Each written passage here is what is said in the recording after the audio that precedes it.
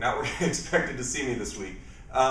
Before we get into the guitar portion of the lesson, I kind of wanted to talk about some of the drum grooves that you play all of these feels with. Most of the parts that we've played, most of the blues things, have been shuffles. Now, the difference between a shuffle, like a regular rock beat, the biggest thing is that the 8th note is straight, and 2 and 3 and. But if we turn it into a shuffle, it's the same groove, but we're taking the 8th note and we're going long, short, long, short, long, short, long, short. Yeah. A more authentic blues would be like a double shuffle. 2, 2.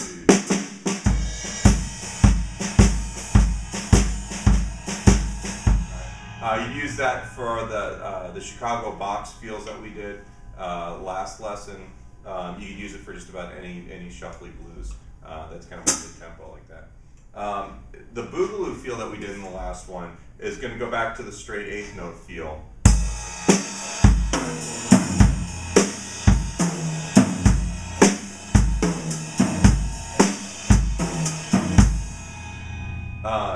This week, and what I'm going to do is I'm going to post videos of some of the more classic recordings of these feels.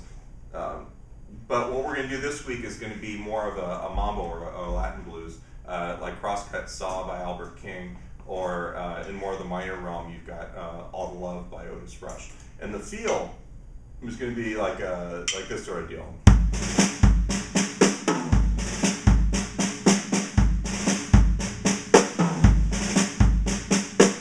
Now, the bass line becomes the biggest thing for this groove, and you're going to be playing it in the lesson.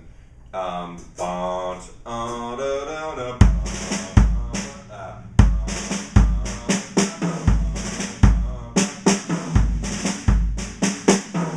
you really want to try and make sure that when you play that line, that it makes sense with the drum groove. We're going to try and have a track for this lesson that goes in with the actual article on the website. But as far as the guitar portion, we're going to start that right now. All right, so we're going to do a little bit of a couple different Latin blues feels here. The first one is going to be along the lines of Crosscut Saw by Albert King, kind of a blues mambo. The two ways that it's written out for the first part, which is kind of what we double the bass line, we've got where you're in this position.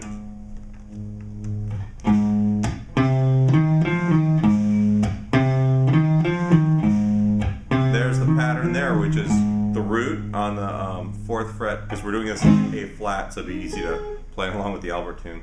And then 3, 6 on the 5th string, 3 on the 4th string, and then back to 6 on the what do you call it, on the 5th string.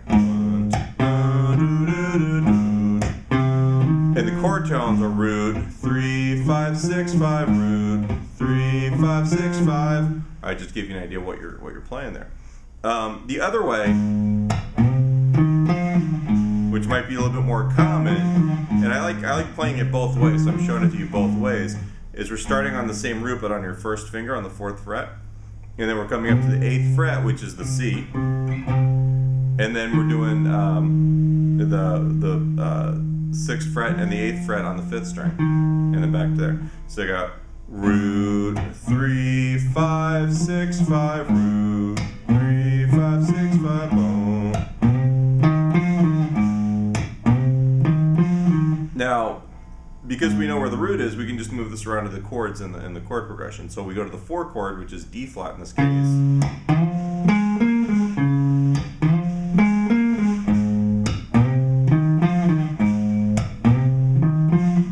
There's the 5 chord, which is E flat, 4 chord. Back to the 1 chord. So there's the basic blues, like the mambo single note line or the bass line part. Now, one thing that you can do if there's a second guitar part is we can take a little chord stabs. 1, 2, and 3, and 4. Boom, do, do, do, do, do, do, do, 2 and 3. 1, 2, and 3, and 4. 1, 2, and 3, and 4. 2, and 3. 2, and 3. 2, and 3. 2, 3, and 4. 1, 2, 3, 2, 3. All right, so I just played all the way through the 12-bar blues there. For the one chord, yeah, set out of tune. Anyway, we'll survive though. For the one chord, we're taking, basically it's part of an A flat like bar chord in this position. You're going to bar your first finger on the 4th fret. So the 1st, 2nd, and 4th strings are barred, and then your 2nd finger is on the major 3rd right there, 5th fret on the 4th, on the 3rd string. Alright, so there's your one chord, or any chord where you've got the root on the 6th string. And then for the 4 and the 5 chords in that position, I'm just using the 9th chords, like we used in the previous lesson. I'm really only playing the top parts of it though. So I've got my 3rd finger barred up, 1st, 2nd, 3rd strings on the 4th fret, and then my 1st finger on the 4th string at the 3rd fret. And that gives me a D flat 9. I'm just not playing the root right there. I'm not playing the whole chord.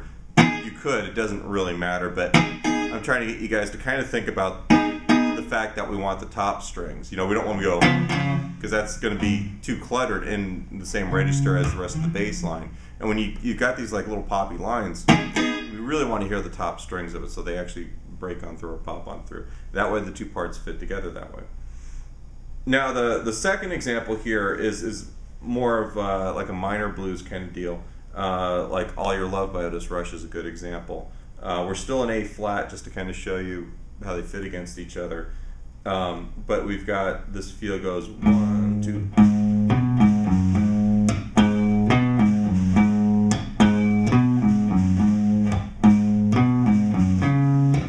And this is going over the same drum groove as the other feel.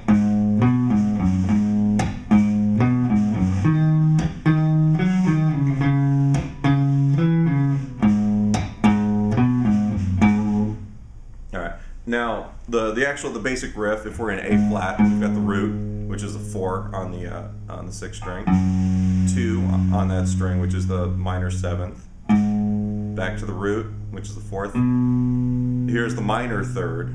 Remember when we did there's your major 3rd. Well, to make it a minor chord, we drop that 1 fret or a half step, and then back.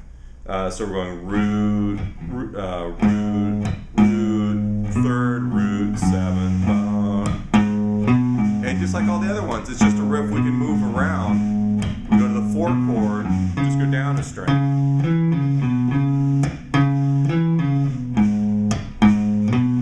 Then we go up to the 5 chord.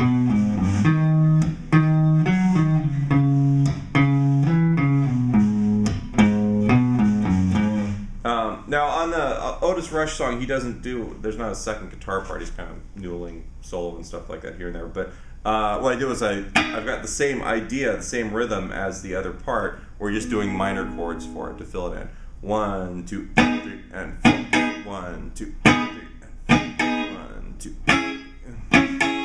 2, 2,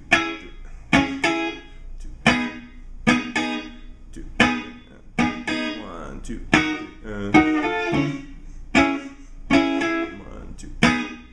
and 1.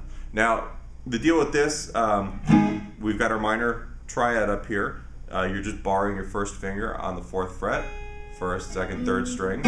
Now remember, when we did the first example, it was a 7th chord or a dominant chord, and you had your middle finger right here. This is the major 3rd. To make it a minor chord, we drop it. So that's where we get that one chord there. The 4 and the 5 chords in this position, which are very similar to what he actually does play, we're just taking the bottom part of a minor bar chord here, the D flat. You've got the root, 3rd, and 5th, which is the 6th fret on the 3rd string, 5th fret on the 2nd string, and then the 4th fret on the 1st string. And just move it up 2 frets for the 5 chord. So that's basically the deal with these two feels. It's real simple lesson. Just some single note stuff, and then a little bit of chord stuff to fill in if you're playing the second guitar part.